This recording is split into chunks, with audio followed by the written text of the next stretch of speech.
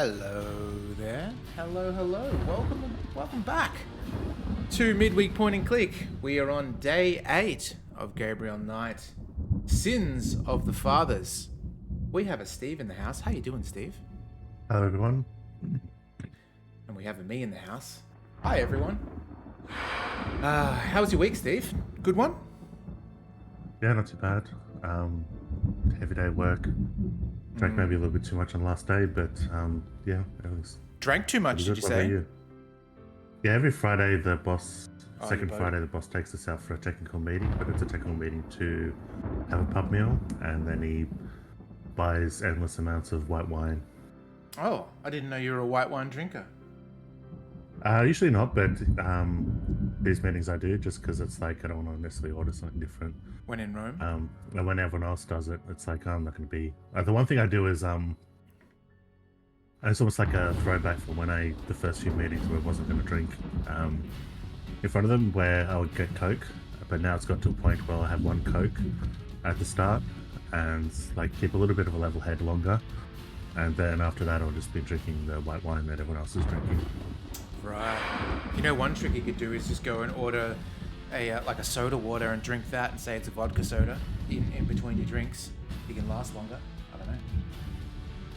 Yeah, it's not too much of a problem with those. I think the last 2 times I came back and I was just exhausted, like, I bet. because like not fully drunk, but it's that you've just drunk enough that your body's still dealing with it, even though you didn't necessarily get drunk.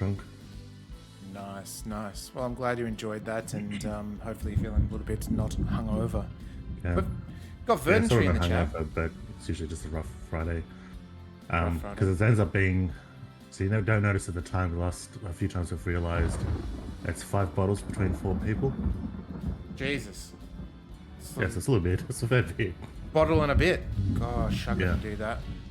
I mean, you're a bit of a machine when it comes to drinking. Like on New Year's, you drank a full bottle of bourbon. I couldn't do that. No way. Not even. I could maybe do 2, 3 bourbons tops. Yeah, I'm surprised I did that because I was on my like peak. I don't know. I didn't always. I never really drank properly like consistently, but used to be able to do that. I thought I'd lost that ability after COVID when you absolutely don't drink, or I guess it depends on person by person. But without it, because I drink socially, so without any social stuff, I just stopped drinking almost altogether. Gotcha. Like when we did the movie nights, which for anyone else that was online, not in person. Yep. Because we're in full lockdown. The first few of those I drank just because it's it's with people and I'll drink bourbons while watching movies. Yep. That's my excuse for rating Dirt Bike Kid so high as I did. Oh Jesus, that was awful. I was drunk. I gave it a 5.5, but if that was a high score, It was. but I was drunk, so you're much more forgiving of bad movies when you're a little bit tipsy. But even those, I like to stop drinking for those when we're doing them weekly because that's too much. Yeah, fair enough. I even think that like watching a movie with friends and having a good time with it could maybe up the score a little bit, but that didn't even save Dirt Bike Kid. That's a solid 2 out of 10. Like that's like literally that's what happened with. And it wasn't just an up to the beard. Zapped was a much more enjoyable film with a group because I was down. I thought it was going to be a flop, and it wasn't. But yeah, that was one that I still stand by the fact that like when I watched it by myself, and it's kind of terrible when you're by yourself. When it's other people, it's actually really enjoyable. Not even just pumped up, but it was an enjoyable movie when watching it with other people. Yeah. Tongs is in the house. How you doing, Tongs? Batman vs Superman? I haven't seen that. I heard it's like 4 hours long or something. Or maybe that's something else. I don't know. No, it's Justice League. Well, it's Snyder Cut of Justice League is a 4 hours one. Is that not the same thing? I don't know. Batman vs Superman was before that. Batman, that one I've just seen the Red Letter Media reviews of it. Those bits that seem funny, like because Superman it's a Zack Snyder version of Superman, so he's like violently threatening Batman and stuff like that. And it's just, next time you see the bat signal in the sky, don't go to it. The bat is dead. That's Superman delivering those lines. Wow. That's funny. I just remember that the review, it's like them laughing when that line came up.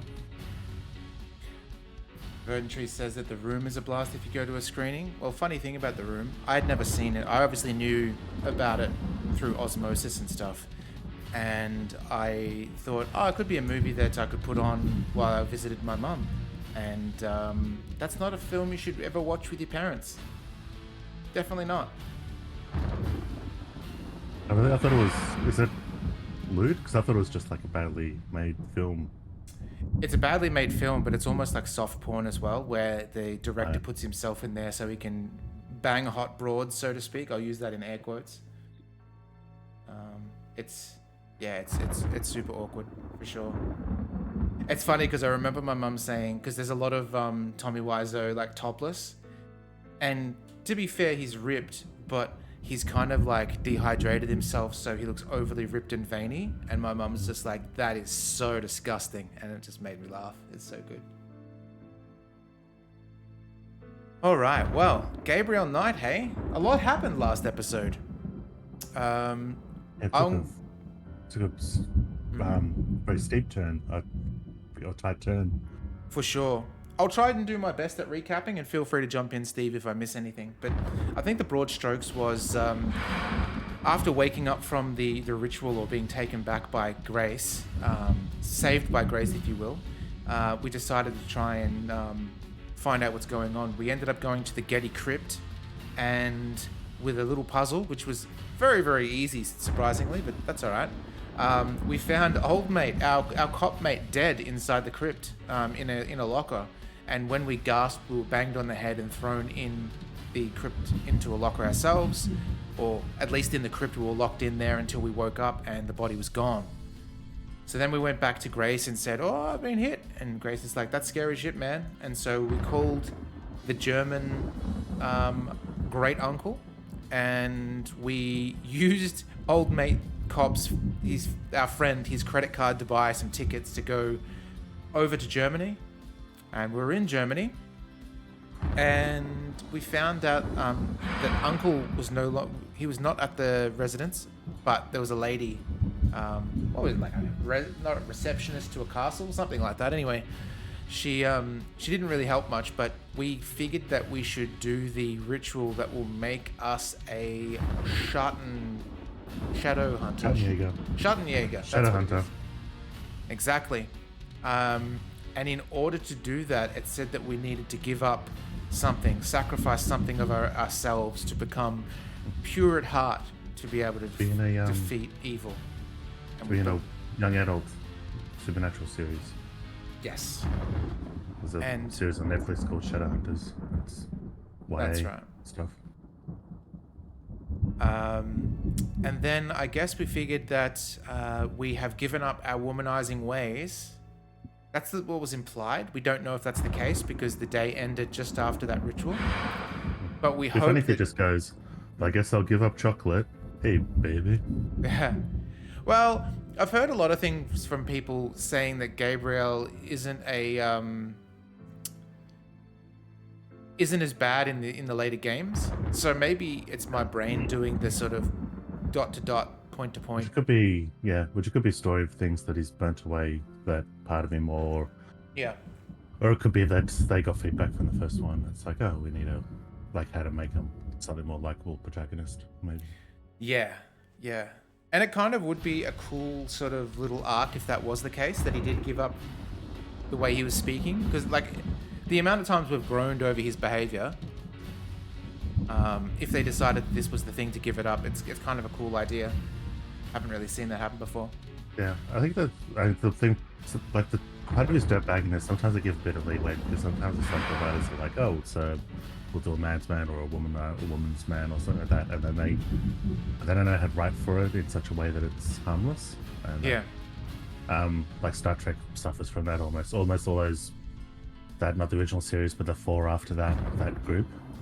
I guess the first three, they all suffered from that, because it was like the Riker character, and then the Bashir character, and then the Tom Paris, and they're all written as like womanizers, but then they're written terribly, and whenever they do their womanizing thing, it's in an unlikable way. Yeah. Tong says, did I watch the whole movie? I don't remember, to be honest. It was kind of like an awkward situation, but we ended up watching The Thing anyway. That's pretty good. The old one, the middle one. Yeah, the John Carpenter one. Carpenter That was one, a yeah. nice palate cleanser. I mean, it's the best horror movie of all time, so it's And I forgot the ring with the plastic spoons one. I probably wouldn't be able to do that because it'd depress me too much. Just seeing the future landfill spoons lying on the ground. Like I've seen a video clip of them mopping that stuff up, and it's like, Jesus, that's so pointless and depressing. I was wondering what the hell you were talking about, but it's something Verdantry said. I missed that. Let's have a look. Oh, sorry, yeah. Giving out plastic spoons to throw at the screen. I don't know. Does that symbolize something? I don't remember any plastic spoons from the movie. I don't know.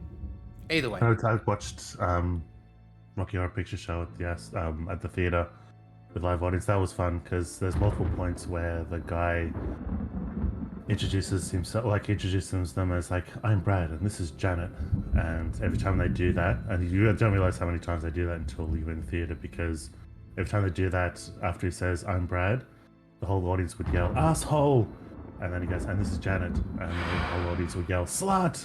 Jesus and that's happened Christ. over and over again. I'm one of those rare breeds that can't stand Rocky Horror. Someone from your chat is looking. DG, how you doing? Welcome in. Glad you're in here listening to our sultry tones as we play this game. Yeah, Rocky Horror, it's just not my jam There's at all. also other set jokes the audience had was kind of made it funnier. All right, let's continue from checkpoint. Let's see how we go. Okay. So, we're nearing the end. There's only 10 days in this game. So, I don't know how long chapters will go. We'll see how we go. I think that's one thing. This came up in the last episode. Like a question was raised in my head, and then the story answered it immediately. Because I think when we started, I assumed that the angle was going to be as the author, almost like a murder she wrote, like was going to be different murder each Gabriel Knight game, and maybe the theme changes. Maybe it's always got something to do with voodoo, but maybe the theme would change to another New Orleans thing. Each thing, but I thought it was just going to be a serial of murders. And then partway through the last episode, I was thinking to myself, is this going to be him against voodoo, and not actually, like, is the theme not going to be murders, but voodoo nature itself?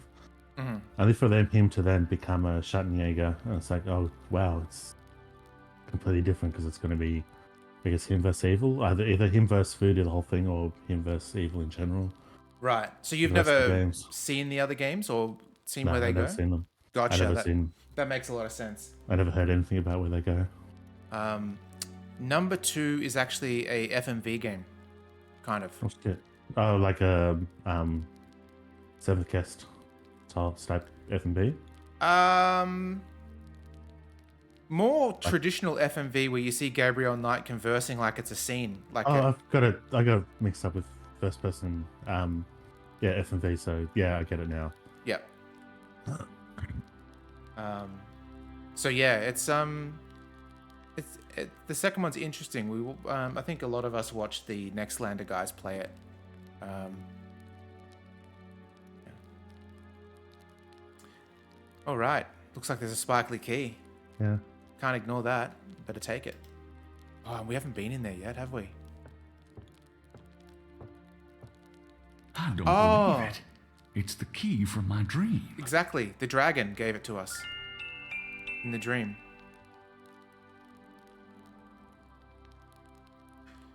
All right, let's have a look-see.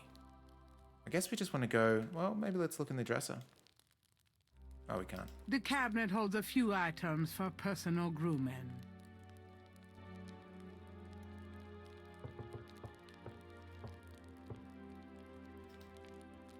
I don't remember if I asked. And have you guys, especially in chat, you've been to Germany before?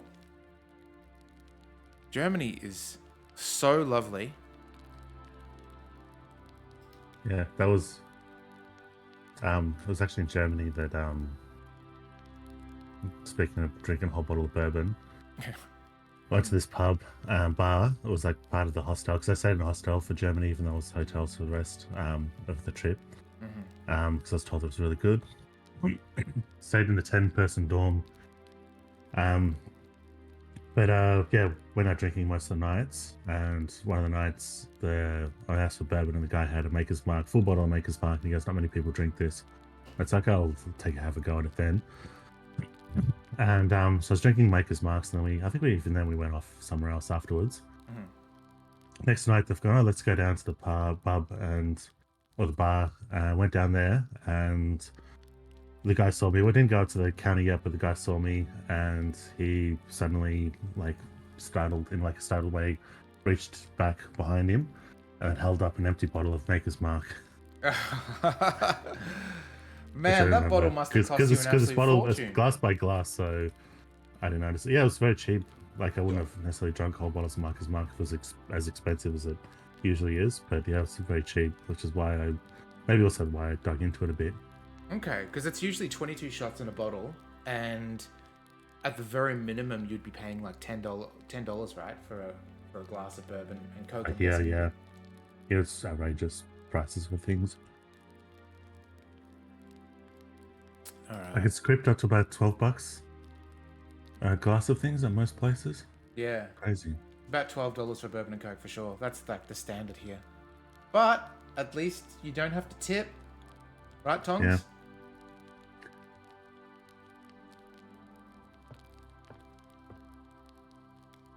It fits.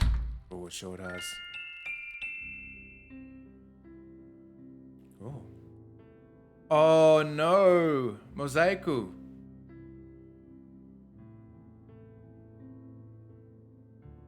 You say it like I'm mind tipping. Yeah, fair enough, fair enough. We've all heard your Steve Buscemi style rant. Nah, it's fair. You don't like tipping. Sociology books. Let's have a look. Gabriel wouldn't know where to begin with the sociology books. Fair enough. Archaeology? Gabriel wouldn't know where to start reading the archaeology books. Surprised there's no, like, Indiana Jones reference or something. These shelves contain books on archaeology. Okay. Well, occult, that must be what we need. Yeah. Although it probably isn't connected with the case at hand, Gabriel picks up an occult book. It's a book on lycanthropes, shapeshifters. The book claims that lycanthropy is not uncommon.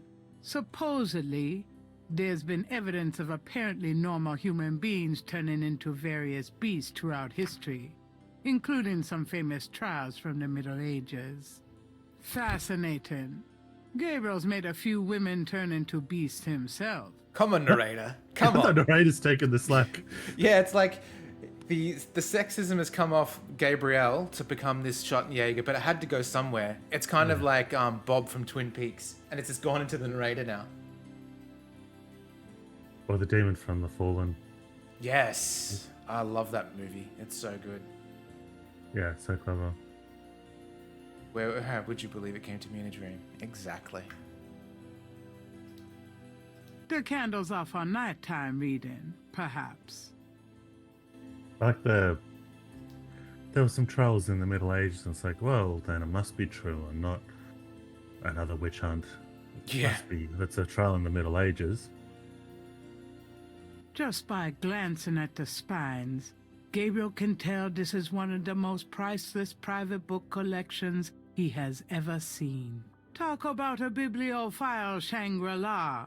Do you reckon there's a first edition Dickens in there? I bet there is. Oh, I'm doing everything I can not to go over here. Geography? Let's check it. Gabriel's not sure where to start with these books.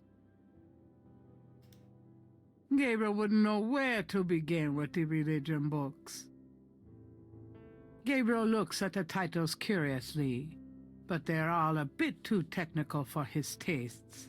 Okay. Ooh, Ritter journals. Two tall, narrow windows provide daylight to the dank room. Gabriel wouldn't know which history book to read. All right, here we go. Ritter journals. Blin, blin, blin, blin. Although it probably won't shed any light on Wolfgang's whereabouts, Gabriel picks up a book from the Ritter section. This book is entitled Malleus Maleficarum, The Witch Hammer, dated 1486. It's a witch hunter's manual from the Inquisition. I'm not so sure I'm really interested in knowing about some of my ancestors. The guy that made the, like, was like the director, sort of formed the first Inquisition. It was formed by the church, but he was like the head and like the mastermind behind it.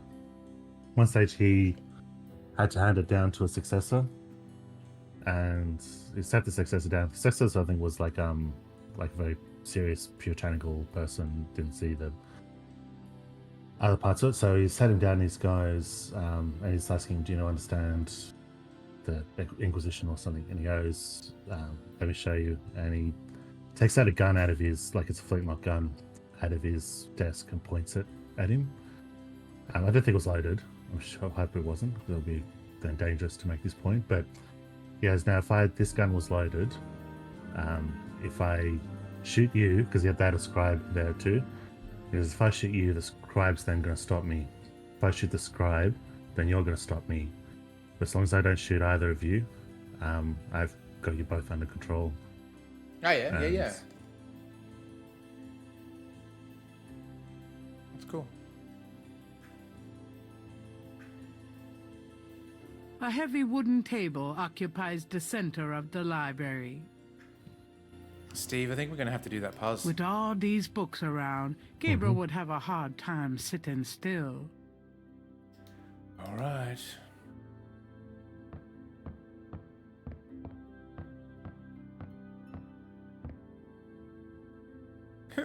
Oh, it makes you said mosaic, but yeah, it's a tile puzzle. Wait, there's There's no missing piece. Yeah. Okay, let's see how this works. It moves. Oh, okay, that's Oh, interesting. look, I think. look at that fighting too. Yes. Oh shit. Does it have to be Jason? Can you try? I'm assuming it doesn't. Oh but yeah, let's. Just Oh, you can. That seems What kind about- of not that what bad. about Then. weird angles. Let us find. Yes.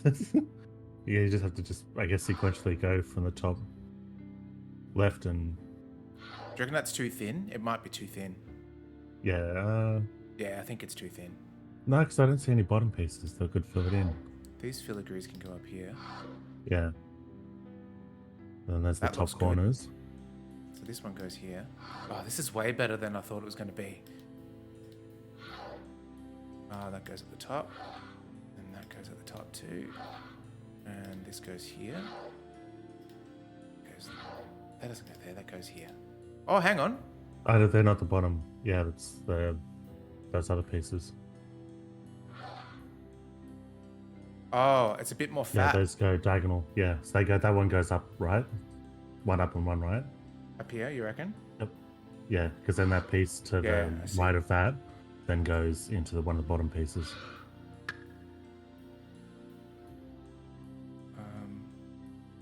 Hang on, let's get this. Up and left. Sorry, I'll get this done first.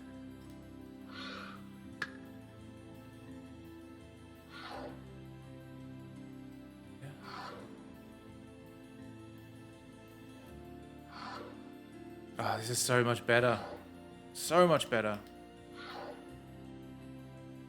Did I tell you about the puzzle I got Lisa for her birthday? Which was... The white one with the missing piece. Yeah, exactly. She's busted out another, like a puzzle yesterday. No, not yesterday, a couple of days ago. Which is like a color spectrum one. And there's the thought Okay. that she might do the other one again. Let's Uh, see. There's an iOS game I was playing. I was really enjoying. It was like a cute puzzle. But at one stage, one of the levels broke me, and I struggled to do it.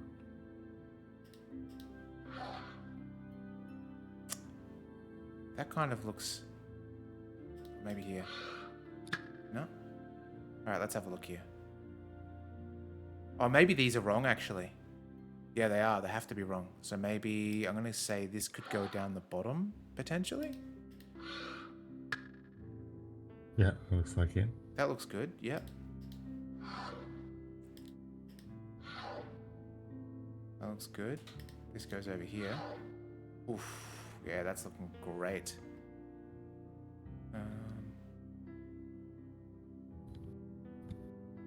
No, that doesn't look right there. Okay.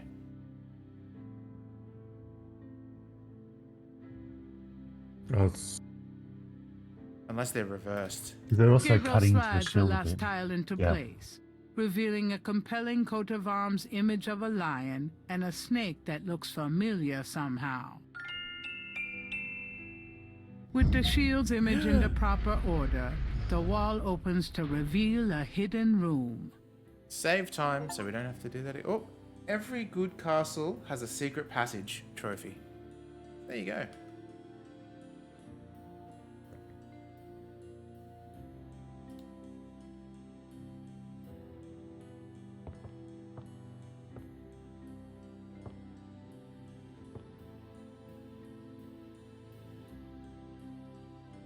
Behind the wall is a Ooh. shrine to Schottenjäger's past, their weapons, trophies, and legacy. A Schottenjäger trophy room. Fucking awesome.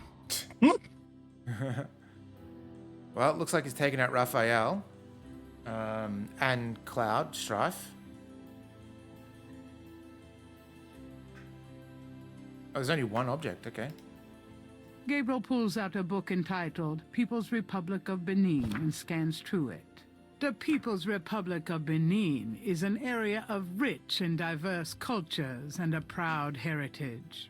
Before slaving devastated many tribes, this area was populated by some of the hardest, fiercest, and most powerful tribes in tribal Africa.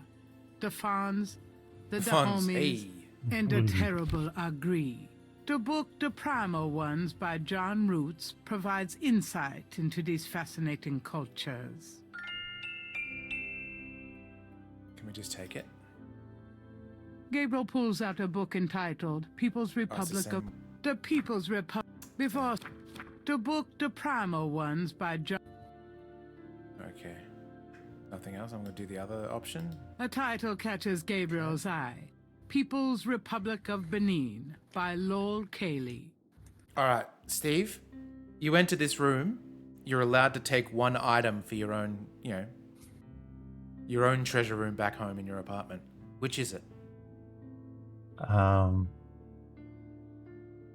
There's one that I wouldn't necessarily take. It's the first one I liked, but I wouldn't necessarily want to keep around my house. Is the helmet? This I one? think it looks pretty cool. Yeah. Yeah. Not this one?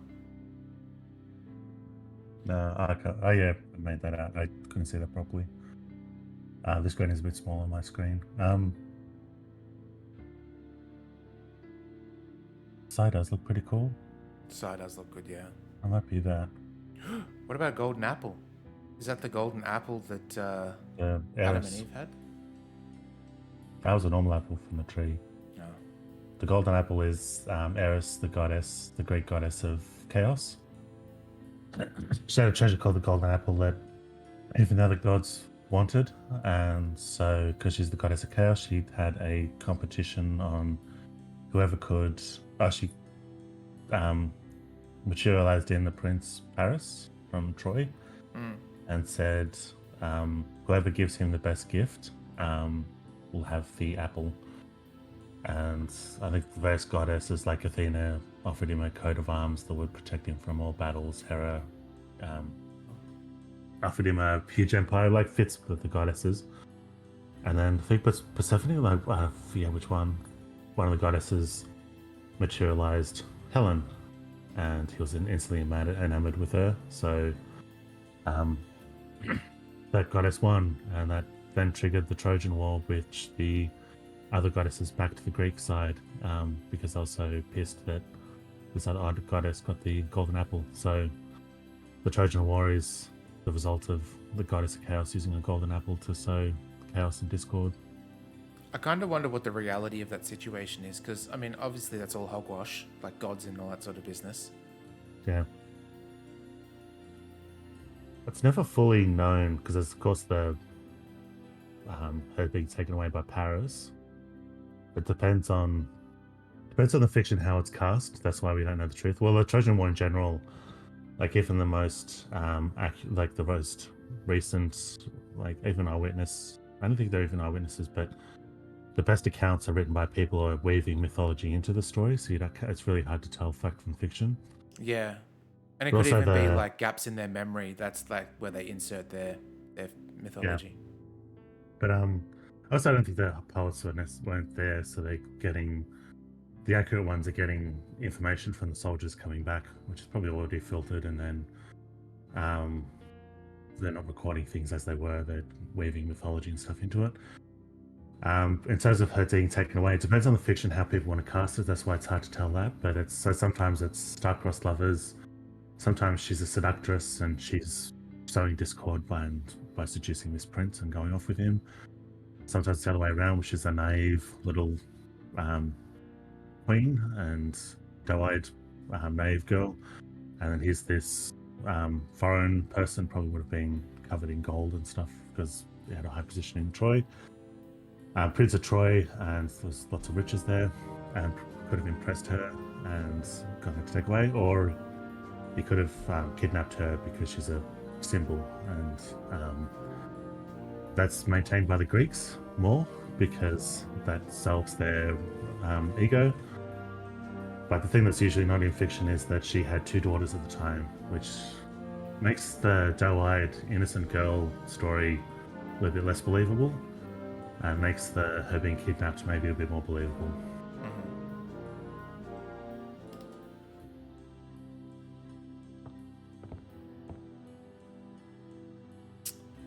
All right, let's exit then. I don't know what we got out of that.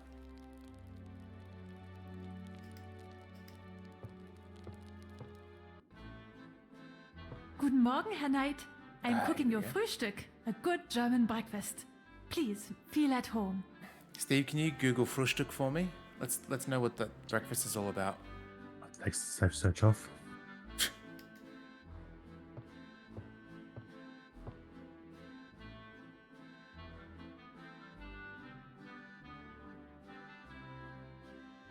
The last name apparently? Can I ask you a few questions? Yeah, Russ of course. Frushtick is Polygon senior editor, by the way. And that result is getting in the way of everything. You wouldn't know anything about this key I found in Wolfgang's bedroom now, would you? Key? Why no, Herr Knight. I cannot say that I do. Damn. It might be her last name. Like, that breakfast might be because it's a family breakfast. I don't know. Because it does seem like a last name. Gabriel feels ready to leave, but he needs to arrange his travel plans first. Oh, okay. Ready to leave. That's interesting. I don't know if there's a phone in here. It's grayed out.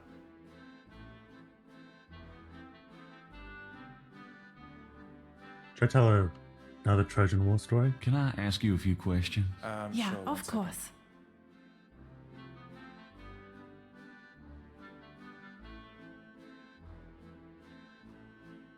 Go for it.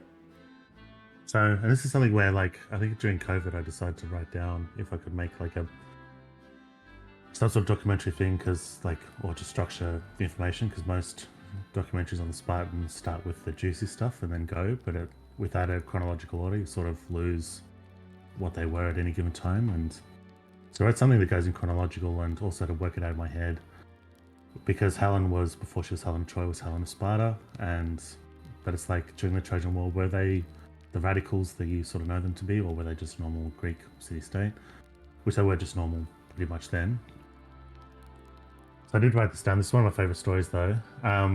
So it's, whether it's true or not, because at the fall of Troy, the Greeks sacked the city and went back home with all the treasure in the cargo holds, including Helen of Troy, which is probably going to become, Helen of Troy. And she was brought before the king, and the king forgave her, and she resumed her position as Queen of Sparta again. Normally, but the problem is a whole bunch of generals had just gone over, so they weren't necessarily happy with this thing where they'd done all this work and fighting and stuff only for her just to not be punished properly. So they censored her a bit, and then she was, of course, intimidated or scared of them because of what they could do. And this would normally end in a Greek tragedy where one or the other side would do something and it would backfire or lead to complete destruction. As it was, Helen came up with an idea and she got a whole bunch of the best wine in the region, the Peloponnese, and then organized a feast with lots of good food, and she would serve this wine, and she invited all of the Greek generals to the feast. And the story I heard from, like where I heard from, is like well, the documentary was that like she was played the perfect hostess. She was topping up people's wine and making sure everything ran smoothly. And in my head, I can just picture her just like listening to the Greek generals as they go, "Oh, we did this and this," and doing the "Oh, you're so brave" stuff. I could just imagine that. But anyhow, she was a perfect hostess, and the party went on through the night, and everyone got really drunk. And at the end of the night, half the people staggered home, half the people passed out in the palace. And then in the morning, everything was forgiven and forgotten. And yeah, and the documentary where that was on, she mentioned that was always held up as a story in Spartan society because it was about charis, although there's a Greek word charis, which is sexual intelligence, which is not just being pretty, but using your sexuality to do things like neutralize a particularly violent situation like Helen did. And that's the Greek word charis, and that was an embodiment of charis, and all Spartan women idealized that. And charis is where we get the word charisma from. Oh, yeah. Sweet.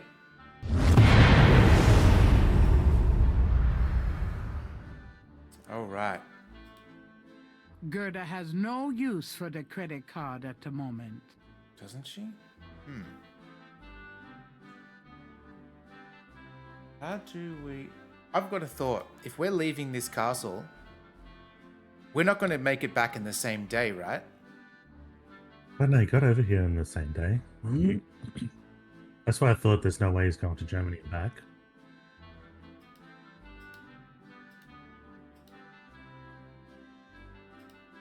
Mosley's Americans Repress card. Credit. What a concept.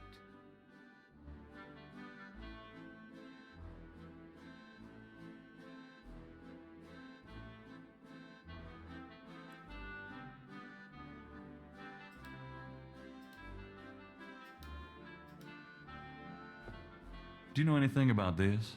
It's Günther Ritter's journal. Wolfgang told me he sent it to you. Okay, so we can just grab objects and... Let's have a look-see.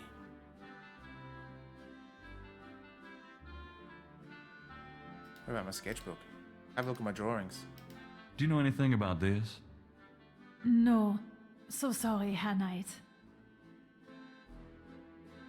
So it's fruit stuck, was it? I don't remember anymore. I guess I'm starting to think it's just German breakfast. Because Frühstück say is German breakfast egg. So I reckon Frühstück is, without the egg. I reckon it's German breakfast.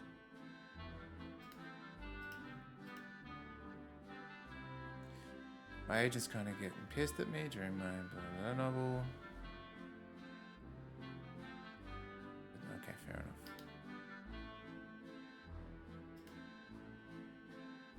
You seen this snake bracelet before, lady? Do you know anything about this? No. So sorry, Herr Knight.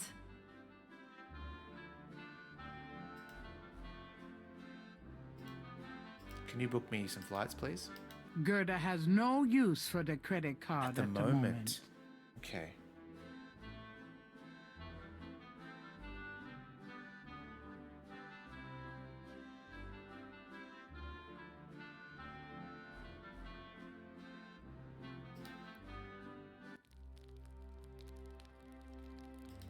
At the moment. Is there anything else? It just means breakfast. More colorful tapestries softened the stone walls here.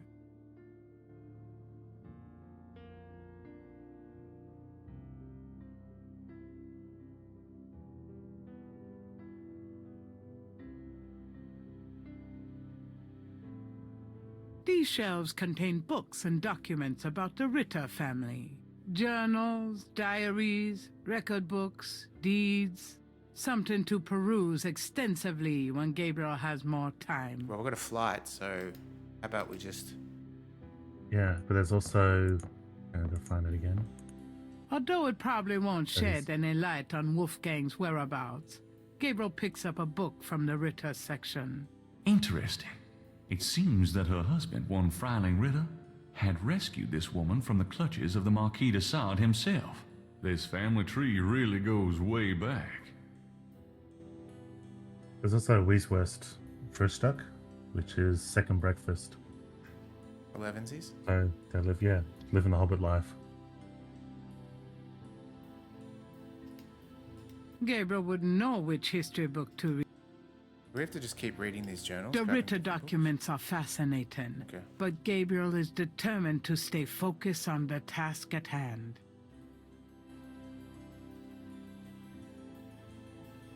Do these count? It's just me, does he seem reluctant to read? Like, I know he can't just get stuck in the books now because he's got stuff to do. There seems to be a reluctance for someone who owns a bookstore. Yeah, that's true. I forgot he owned a bookstore.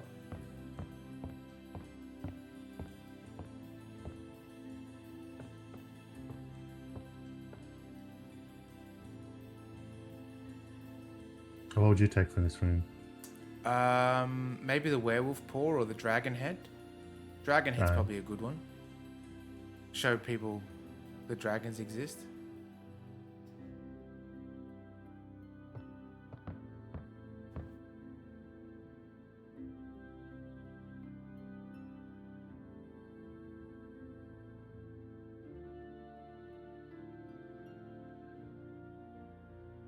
You'd think that the occult books would mean something. Like, that's especially what we're doing. Although it probably isn't connected with the case at hand, Gabriel picks up an occult book. There are many forms of vampirism. One is associated with a blood disorder and is not supernatural. Another, also non-supernatural, is based on a form of insanity. Of supernatural vampirism, there are also several varieties, including inherited, communicative, and vampirism used in black sorcery power drawing rituals. Then too, there's always law school. Keep doing that. These books are fascinating, but I'll have to hope I get time to read them more later. I don't see anything here that'll help me with Tetelo. Tetelo was the snake, right? The snake name? Yeah, I don't remember fully. Gabriel wouldn't know where to start. Oh, now we can go to that section. And grab a book. Gabriel takes down the primal ones and opens it. Couldn't before. In contrast with the peaceful, nomadic tribes of northern Africa, certain tribes of the southwest were vicious and xenophobic. This part of Africa is called the Red Basin area because of the vast amount of bloodshed that occurred there over the centuries. In this one area of Africa existed, in a perpetual state of war and raiding, some of the most powerful and efficient fighters the world has ever seen. Why did this region inspire such violent behavior? To understand, one must look even further back. See Ancient Roots of Africa by Early Days. Ooh, nice.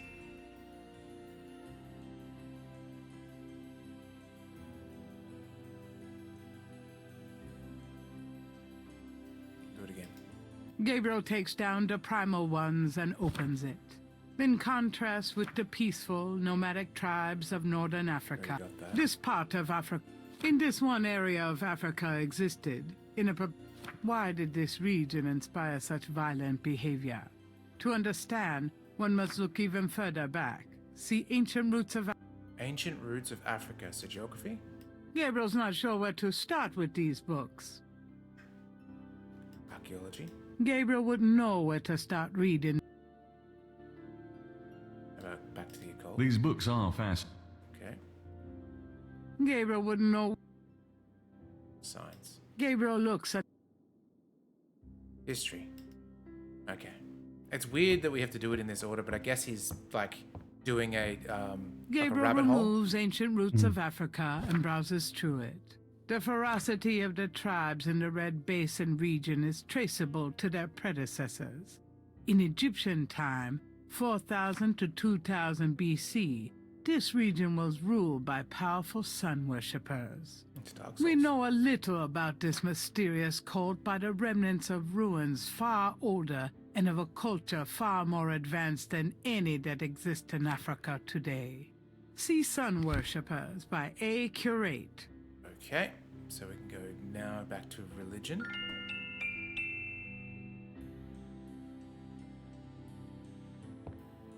Or an occult, same thing. Gabriel takes down Sun Worshippers and scans it. One of the most earliest religious practices was that of sun worship. The most powerful cults of sun worshippers lived on the continent of Africa. The African sun god was violent and terrible, and so became his worshippers. They practiced a particularly bloody form of ritual sacrifice. The homeland of this ancient cult is still considered a sacred site of power. See Ancient Digs of Africa by Professor Seymour Shards. Ancient digs, hey? Gabriel takes Ancient Digs of Africa and opens it. The most fascinating archaeological site in Africa is the Great Snake Mound in the People's Republic of Benin, located 50 miles south of the capital in the Red Basin. Like the snake mounds of North America, the origin and meaning of these great mounds remains a mystery, though clearly they were the result of profound and urgent spiritual belief.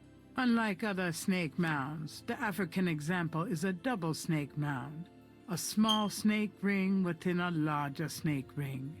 The mound is thought to have housed an ancient temple. Although archaeologists explored the mound site, the interior remains largely unchanged from ancient times. This is partially due to stringent government regulations and partially to local superstition.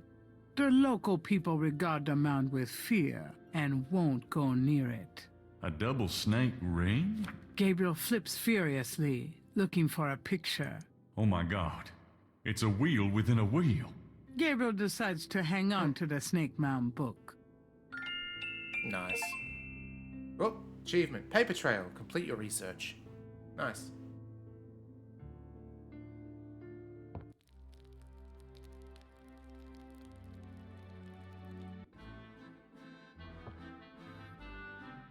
Hey lady, I'm just going to take this book, yeah?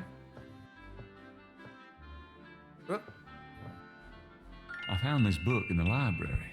I think it might tell us where Wolfgang went. Africa? You think Wolfgang went to Africa? I know he did. Then I shall make you a plane trip right now, yeah? Well, I guess so. Good, They good. make you a My plane poor trip? Wolfgang. Yep. You have money for the plane, yeah?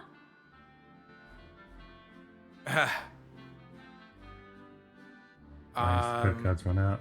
Ritter Estate. Are you sure the Ritter estate can't pay? I manage Wolfgang's books, I am quite sure. Have you any money? Credit card. I know. We can use his credit card. Terrific. I will go make the call. Then, while we wait, breakfast. Does that mean I can get some coffee now? Yes, love coffee. Love German sausages.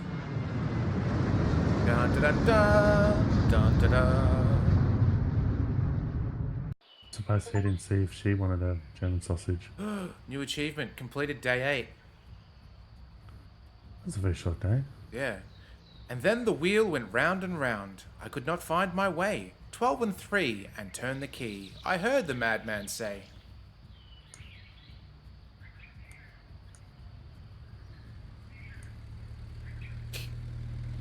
Kinda looks dodgy, but I like it.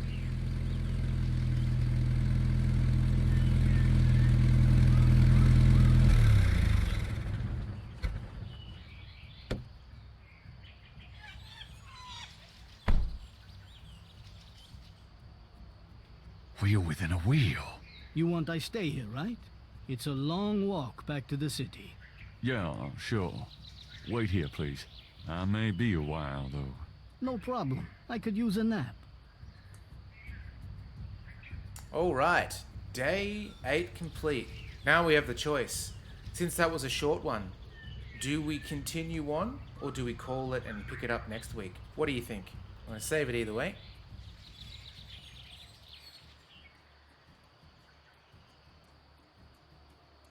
What say you, Steve? What say you, chat? Do we continue on or do we...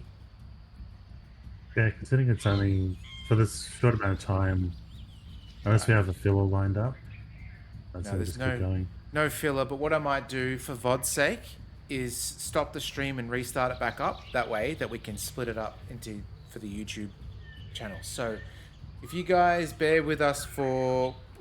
we'll do a wee break. So maybe 3 to 5 minutes. What do you say? You guys cool with that? Yep. Yep. All right. Let me go to... I'm going to go to... Is there a main menu? No, we'll just leave it here. That's fine. Cool. No weeing. No. I've been drinking water. Weeing is definitely allowed. All right. Cool. We'll bring it up back in a second.